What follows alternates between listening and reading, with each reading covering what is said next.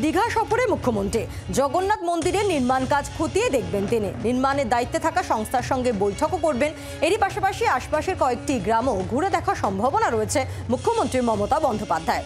শ্রেয়সী গঙ্গোপাধ্যায় রয়েছেন টেলিফোনের প্রতিনিধি। শ্রেয়সী, দীঘায় মুখ্যমন্ত্রী মমতা বন্দ্যোপাধ্যায় কি কর্মসূচি রয়েছে তার?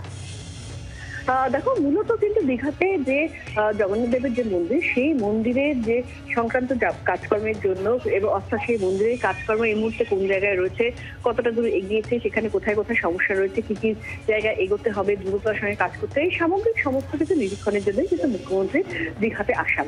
এখন এক্ষেত্রে আমরা যেটা এখনো পর্যন্ত স্থির আছে যে আগামীকাল সকালে সেক্ষেত্রে তিনি সোজা যাবেন। সেক্ষেত্রে যে জগন্নাথ দেবের যে মন্দির তৈরি হয়েছে বা এই মুহূর্তে বলা যেতে পারে প্রায় চূড়ান্ত পর্যায়ের কাজ, সেটা দেখতে তিনি যাবেন এবং তারপরে সেখানে কিন্তু মন্দির যাতে আগামী বছর থেকে সর্বসাধারণের জন্য বা ভক্তদের জন্য খুলে দেওয়া যায়, তার জন্য যাবতীয় যা যা ব্যবস্থাপনা করার দরকার সেই বিষয়ে কিন্তু যাবতীয় উদ্যোগ নেবেন তিনি। বা সেক্ষেত্রে নির্দিষ্টভাবে ট্রাস্টি করে সেই ক্ষেত্রে ট্রাস্টে কারা কারা থাকবেন, সেই সামগ্রিক সমস্ত বিষয়ে কিন্তু সিদ্ধান্ত হতে পারে আগামীকাল, এমনটাই কিন্তু জানা যাচ্ছে।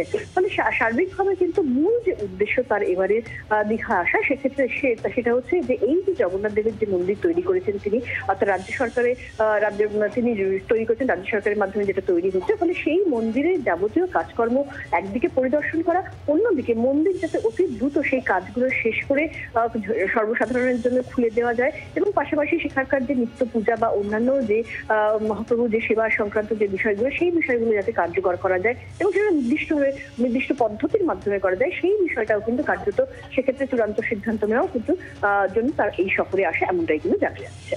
ধন্যবাদ শ্রেয়সী। বাংলার আওয়াজ, বাঙালির আবেগ, জি 24 ঘন্টা।